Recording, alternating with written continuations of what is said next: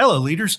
Welcome to Run to Your Leadership Challenges, the daily show that provides tips and techniques to help you navigate the leadership challenges you face every day.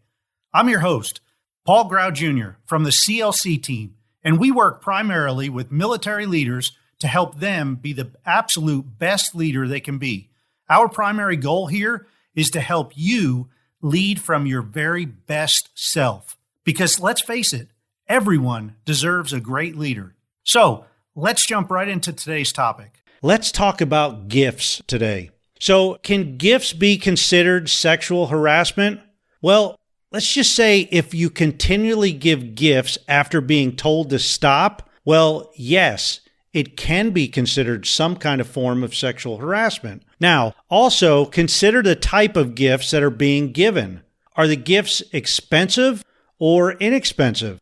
If you give, or if you notice a coworker giving gifts that are very nice and very expensive, you may consider raising the red flag and asking some questions. Get involved as a leader at that point. Like, you might want to ask, what's the intent? And is this gift welcome? Ask the receiver what they think of receiving a gift of such great value.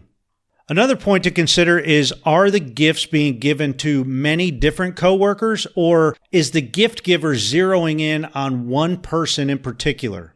Again, that may be a reason to ask some questions. Finally, are the gifts making the receiver of the gifts uncomfortable? If so, you should interject as the leader and have a chat with both parties to ensure things are good. Remember, go to the receiver, ask the receiver some questions. If the receiver has no problem with it and the giver of the gifts has no problem with it, maybe they're just romantically involved. And that's perfectly okay as long as there's no policy against that in your work center. Remember, as a leader, you are responsible for the safety of your people. You need to be cognizant of odd behavior and know when to start asking some questions. If sexual harassment is occurring under your watch and you are aware that something is a bit off and yet you're not taking any action or asking any questions, you may be held accountable to some extent. As leaders, we need to be bold.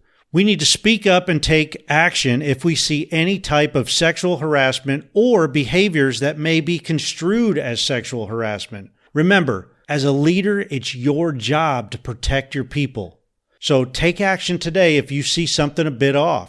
Hey, as always, thank you for listening. So we have some big things going on here with our online membership group for leaders.